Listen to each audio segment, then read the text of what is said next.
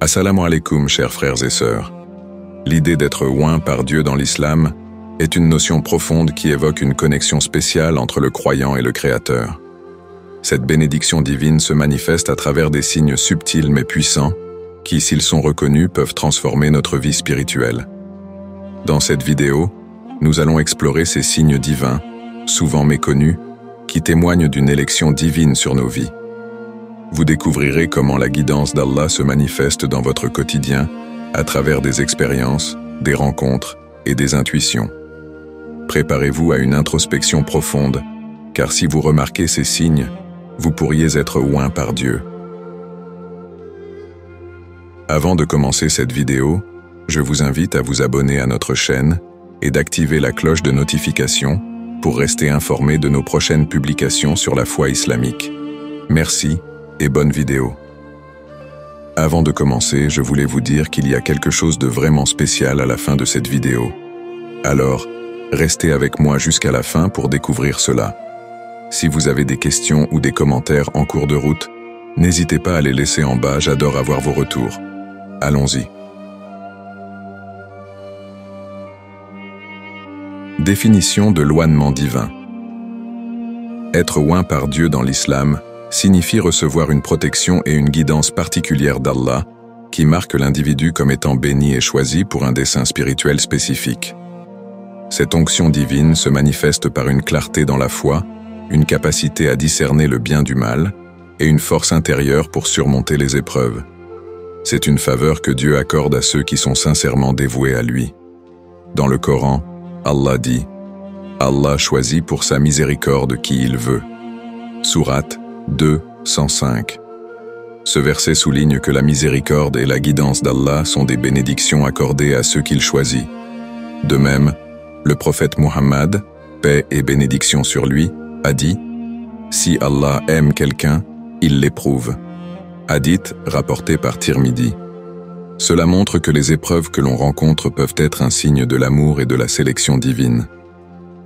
L'importance de la foi et de la connexion avec Allah ne peut être sous-estimée. C'est par la prière, la réflexion et la soumission totale à la volonté d'Allah que l'on peut espérer recevoir cette onction divine. Elle n'est pas une simple bénédiction, mais une responsabilité, un appel à vivre selon les valeurs de l'islam et à être un exemple pour les autres. En cultivant cette connexion avec Allah, le croyant s'ouvre à sa guidance, ce qui se manifeste par des signes évidents de la faveur divine dans sa vie quotidienne. Signe 1. La paix intérieure. La paix intérieure est l'un des signes les plus profonds et les plus révélateurs de l'onction divine. Lorsqu'une personne est bénie par Allah, elle ressent une tranquillité d'esprit qui transcende les circonstances extérieures. Cette sérénité n'est pas simplement l'absence de stress, mais une confiance profonde en la sagesse et la volonté de Dieu, même au milieu des épreuves les plus difficiles. Dans le Coran, Allah dit « Ceux qui ont cru et dont les cœurs se tranquillisent à l'évocation d'Allah. N'est-ce point par l'évocation d'Allah que se tranquillisent les cœurs » Sourate 13, 28. Ce verset souligne que la paix intérieure est directement liée à la connexion avec Allah. Lorsque l'âme se tourne vers lui, elle trouve un apaisement que rien dans ce monde ne peut offrir. Cette paix peut se manifester de plusieurs façons. Par exemple, dans les moments de prière, un croyant peut ressentir une présence divine qui calme toutes ses inquiétudes. La conviction que tout ce qui arrive est sous le contrôle d'Allah et que chaque épreuve a un but apporte une grande consolation. Même face à l'incertitude ou à la perte, la personne ointe par Dieu maintient une paix inébranlable, car elle sait que Dieu ne lui fera jamais de mal, et que tout ce qui se passe est pour son bien ultime. Un exemple pratique est celui d'un frère qui, après avoir perdu son emploi, ne s'est pas laissé submerger par l'angoisse. Au lieu de cela, il a ressenti une paix inexplicable, convaincu que cette épreuve était une opportunité donnée par Allah pour le rapprocher de lui. Cette paix intérieure l'a non seulement aidé à surmonter cette période difficile, mais l'a également conduit à une meilleure situation, tant sur le plan professionnel que spirituel. Un autre témoignage est celui d'une sœur qui, après avoir traversé une série de défis personnels, a trouvé une sérénité profonde en augmentant son temps de prière et en méditant sur les noms d'Allah. Elle a ressenti cette paix non seulement dans son cœur, mais aussi dans ses relations avec les autres, ce qui l'a aidé à pardonner et à avancer sans amertume. La paix intérieure est donc un signe clair de l'éloignement divin. C'est un état que l'on ne peut pas atteindre par des moyens matériels, mais qui est accordé par Allah à ceux qui se soumettent entièrement à lui. Lorsque vous ressentez cette tranquillité, même face aux turbulences de la vie, c'est un indicateur que vous marchez sous la bénédiction et la protection de Dieu. La foi en Allah, combinée à une pratique régulière de l'évocation et de la prière, nourrit cette paix intérieure, renforçant ainsi la connexion avec le Créateur et manifestant sa faveur dans votre vie quotidienne. Signe 2. Les coïncidences significatives. Les coïncidences significatives, souvent appelées synchronicités, sont des événements qui, bien qu'apparemment aléatoires, semblent porteurs d'un message ou d'une guidance divine. Dans l'islam, ces moments ne sont jamais le fruit du hasard. Chaque événement a un sens profond, souvent caché, et peut être un signe de l'onction divine dans la vie d'un croyant. Le Coran nous rappelle que rien n'arrive sans la volonté d'Allah, et il dispose toutes choses avec mesure. Sourate 54-49. Cela signifie que tout ce qui se passe, même les événements que nous percevons comme des coïncidences, fait partie du plan divin. Par exemple, le prophète Muhammad, paix et bénédiction sur lui, a souvent expérimenté des situations où des événements semblaient se produire au bon moment, révélant la main de Dieu derrière ces coïncidences.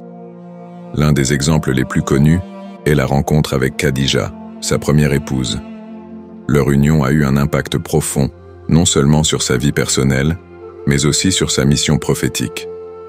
Une autre référence importante se trouve dans l'histoire de Moïse, Moussa, dans le Coran. Lorsque la mère de Moïse met son fils dans le Nil pour le sauver de Pharaon, elle ne pouvait savoir que cet acte apparemment désespéré conduirait son fils à être élevé dans la maison même de Pharaon. Cette coïncidence était en réalité une partie du plan d'Allah pour préparer Moïse à sa mission prophétique. Et nous révélâmes à la mère de Moïse, « Allaite-le, et quand tu craindras pour lui, jette-le dans le flot, et n'aie pas peur ni ne t'afflige, car nous te le rendrons et ferons de lui un messager. » Sourate 28-7. Dans la vie quotidienne, ces coïncidences peuvent se manifester de diverses manières. Par exemple, une personne pourrait rencontrer quelqu'un par hasard qui lui offre un conseil ou une opportunité qui change le cours de sa vie. Ou bien, elle pourrait tomber sur un verset du Coran ou un hadith au moment exact où elle en avait besoin, apportant réconfort ou direction. Un exemple inspirant est celui d'une femme qui cherchait désespérément un emploi pour subvenir aux besoins de sa famille. Un jour, alors qu'elle pensait avoir épuisé toutes les options, elle a rencontré un ancien ami par pur hasard dans un café. Cet ami lui a parlé d'une opportunité d'emploi qui n'était pas encore annoncée publiquement, et cette rencontre a changé sa situation financière. Pour elle, ce n'était pas une simple coïncidence, mais un signe clair que Dieu était à l'œuvre dans sa vie. Un autre exemple est celui d'un homme qui, après une longue période de confusion spirituelle, est tombé par hasard sur une conférence islamique en ligne qui abordait exactement les questions qu'il se posait.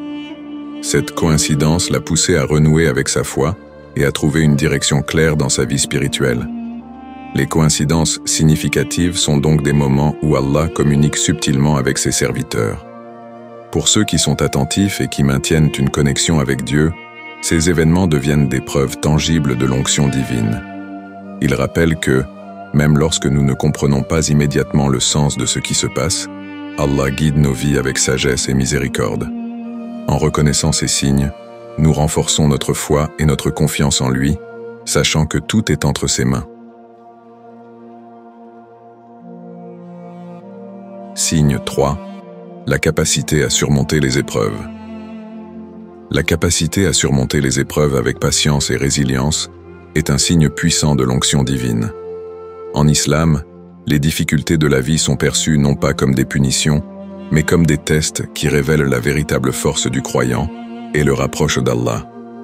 Celui qui parvient à traverser ces moments d'épreuve avec foi et confiance en Dieu est souvent celui qui est béni par une guidance et une force intérieure spéciale, marquant l'élection divine.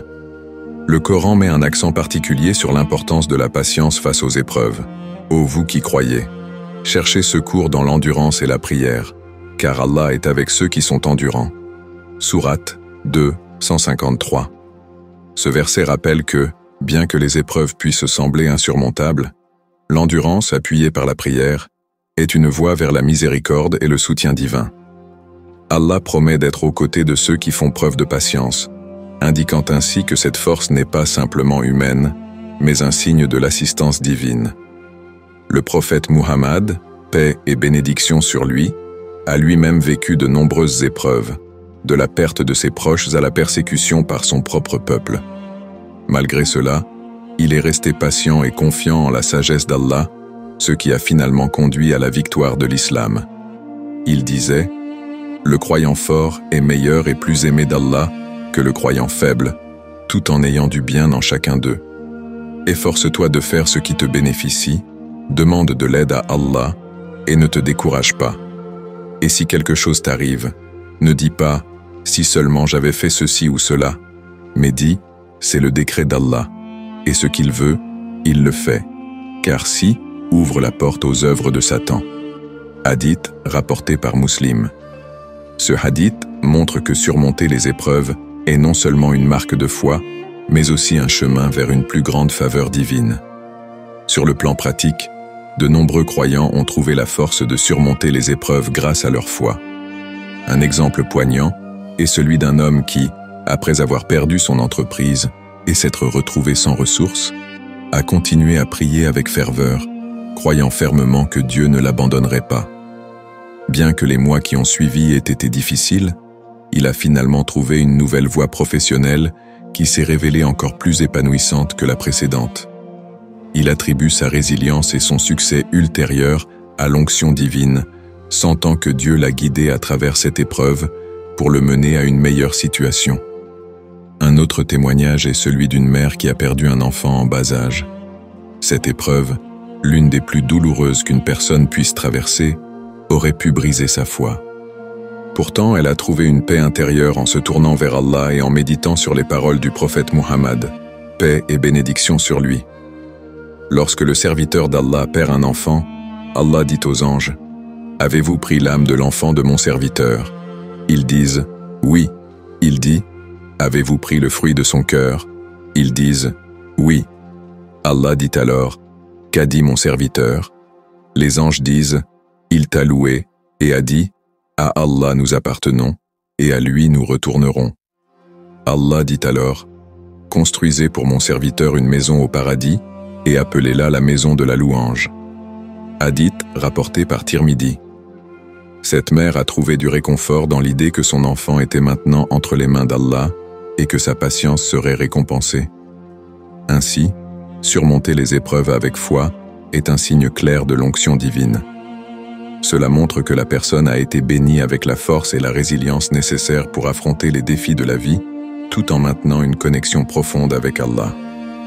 Ces moments de difficulté deviennent alors des opportunités de croissance spirituelle et de renforcement de la foi, démontrant que Dieu est véritablement avec ceux qui sont patients et résilients.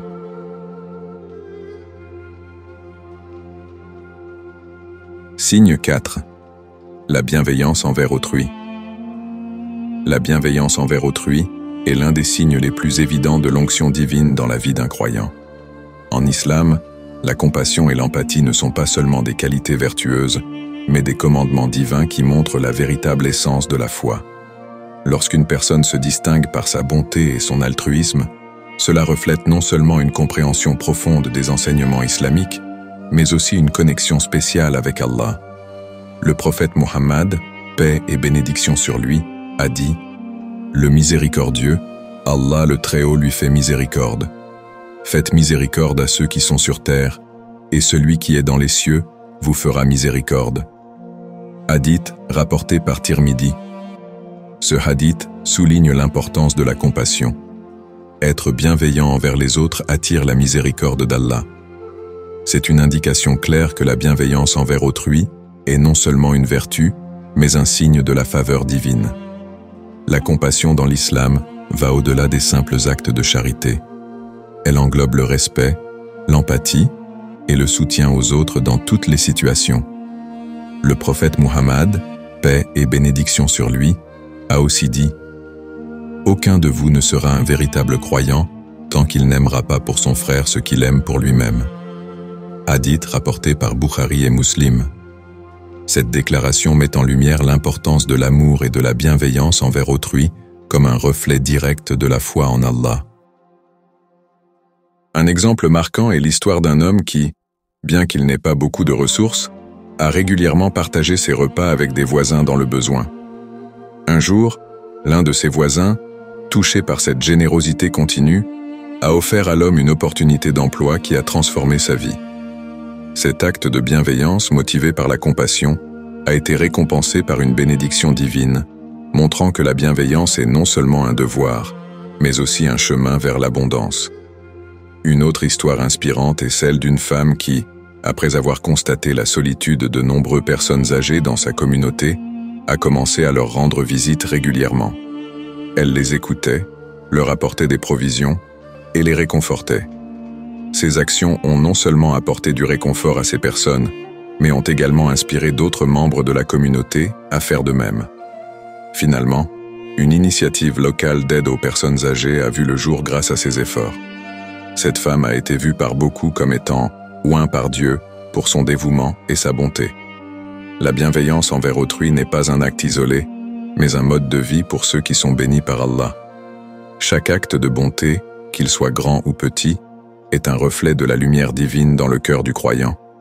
C'est cette lumière qui pousse les individus à faire preuve de compassion, même lorsque cela n'est pas facile ou lorsqu'il n'y a pas de récompense immédiate.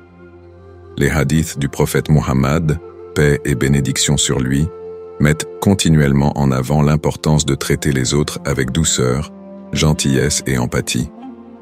En pratiquant la bienveillance, non seulement on se rapproche de Dieu, mais on devient aussi un instrument de sa miséricorde sur terre. C'est ainsi que la bienveillance envers autrui devient un signe clair de l'onction divine, révélant une âme qui a été touchée par la miséricorde d'Allah et qui la répand autour d'elle. En somme, la bienveillance envers autrui est une manifestation tangible de l'onction divine dans la vie d'un croyant. Elle montre que la personne a non seulement compris les enseignements de l'islam, mais qu'elle les vit au quotidien, devenant ainsi un phare de miséricorde et de compassion dans sa communauté.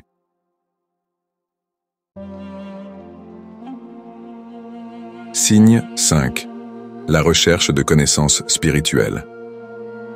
La recherche de connaissances spirituelles est un signe essentiel de l'onction divine, indiquant un cœur et un esprit tournés vers la vérité et la sagesse d'Allah. Dans l'islam, la quête de savoir est non seulement encouragée, mais considérée comme une obligation pour chaque croyant. Cette aspiration à apprendre et à grandir spirituellement est un signe que Dieu guide la personne sur le chemin de la rectitude et de la compréhension profonde de sa volonté. Le prophète Muhammad, paix et bénédiction sur lui, a dit « Chercher la connaissance est une obligation pour tout musulman ». Hadith rapporté par Ibn Majah. Ce hadith souligne que la connaissance est au cœur de la vie du croyant. Mais il ne s'agit pas simplement d'acquérir des informations.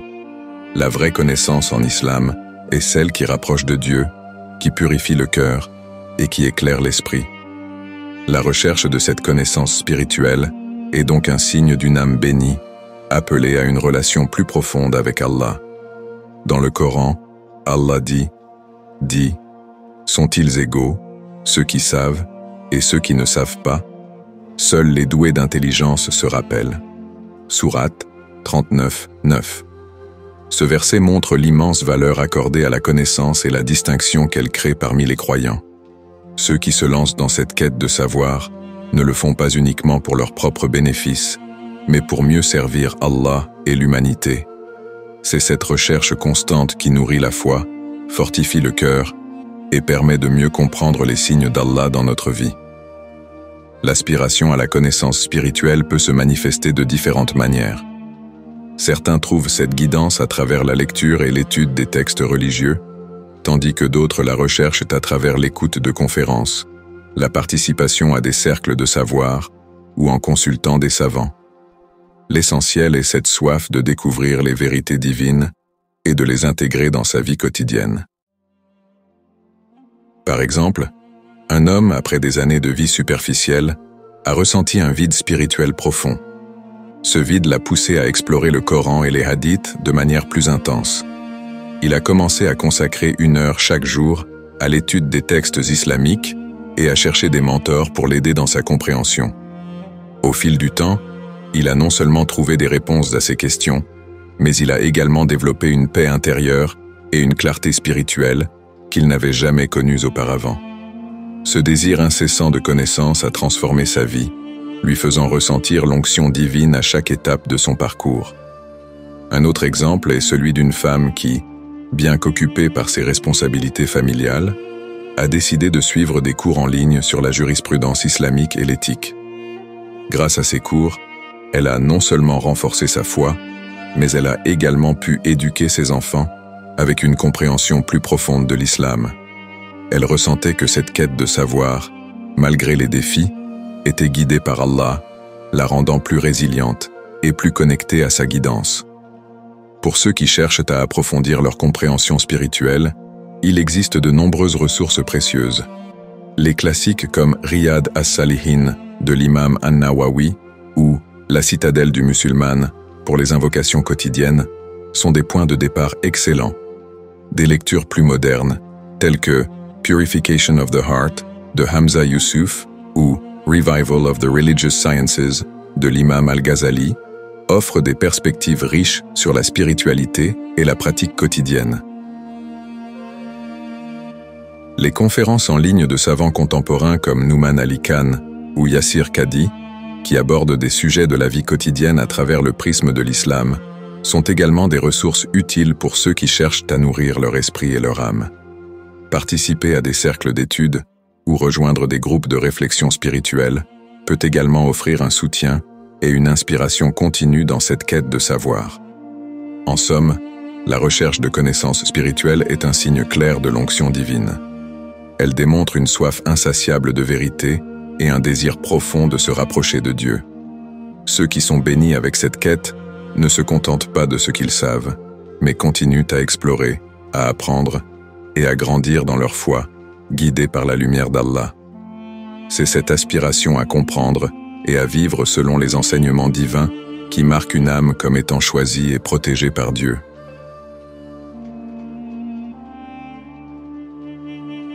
Conclusion. En résumé, nous avons exploré 5 signes clairs de l'onction divine: la paix intérieure, les coïncidences significatives, la capacité à surmonter les épreuves, la bienveillance envers autrui et la recherche de connaissances spirituelles. Ces signes montrent la présence et la guidance d'Allah dans nos vies, nous rappelant l'importance de rester attentifs à ces manifestations divines. Que ces signes vous inspirent à renforcer votre foi et votre connexion avec Allah. Soyez toujours conscients des messages subtils qu'il vous envoie et cherchez constamment à vivre selon ses enseignements pour recevoir pleinement sa bénédiction. Avez-vous déjà ressenti une paix intérieure profonde lors d'une épreuve difficile ou vécu des coïncidences qui semblaient être plus que de simples hasards? Comment la bienveillance ou la quête de savoir a-t-elle enrichi votre relation avec Allah? Nous serions ravis de lire vos histoires et vos réflexions dans les commentaires. Quels signes de la présence divine avez-vous remarqué dans votre vie? Partagez vos expériences avec nous et avec la communauté, car vos témoignages pourraient inspirer et fortifier la foi des autres.